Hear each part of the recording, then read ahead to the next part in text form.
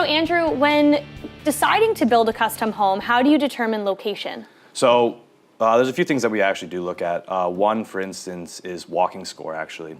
A lot of our demographics are either an elder or they have a family. And with that said, we look for schools, we look for convenience stores, anything that's near that home that will actually make that home worth more in a sense. Also, we actually look at the neighborhood. Is it saturated? If that neighborhood actually has, say, 30 already homes that have been renovated, then we kind of deter away from that due to the fact that what we do already, when we buy that home, it will automatically be at its peak before we actually start building. And then one more thing that we do actually look at is the properties around it. So if it's the worst home in the best neighborhood, that's a plus, right?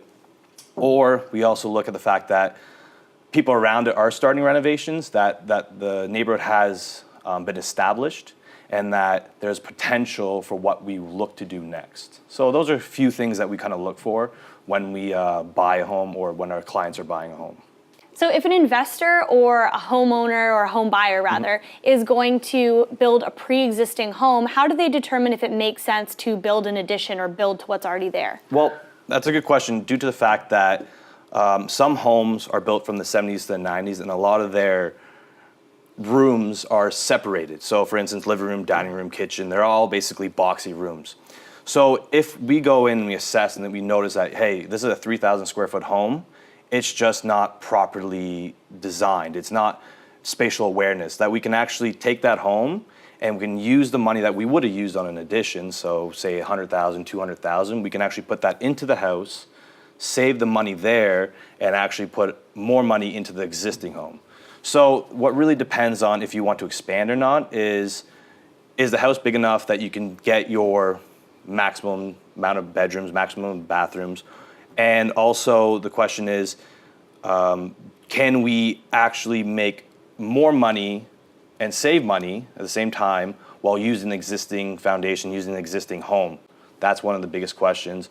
Or one of our main questions, is it a bungalow?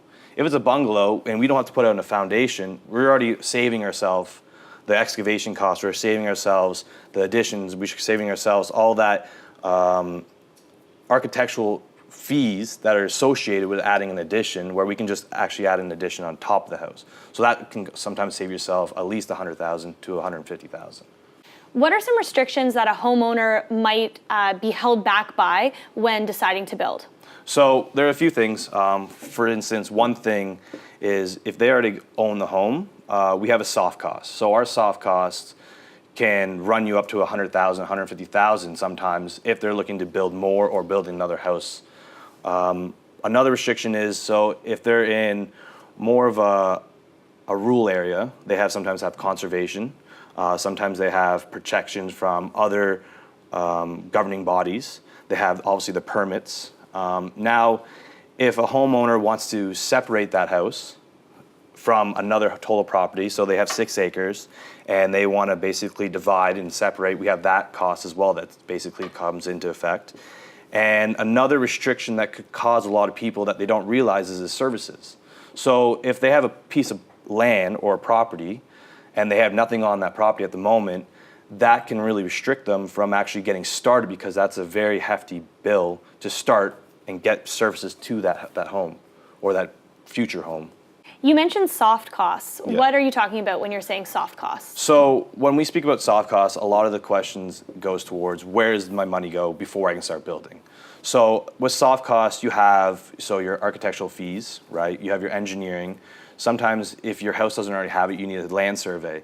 And surveys, there's 2 different types. You can either have just a normal conventional survey or you can have a topographical survey.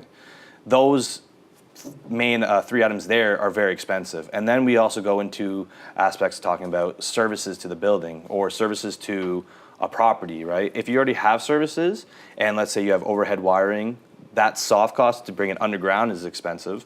Or if you have a property and have nothing on it, then you have wells, septic, driveways, right? Any of those costs that we talk about before even starting the foundation is considered a soft cost to us. well, one of our main things that people seem to forget about is an environmental assessment, and that's pretty important as well. So Andrew, I know that you and your company, you're doing some work for Rav on his home. Yep. What kind of work are you doing for him? So since Rav has an older home and he's found basically his perfect spot, his oasis, he's renovated the whole entire home, top to bottom, and he's had the opportunity to have a contractor come in and obviously do all the work.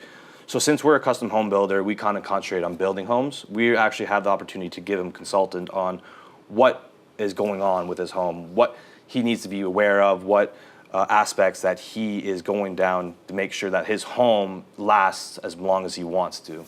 So with that said, we had the opportunity to go through certain things, some structural things that we can go through and talk about and kind of give him more of a peace of mind.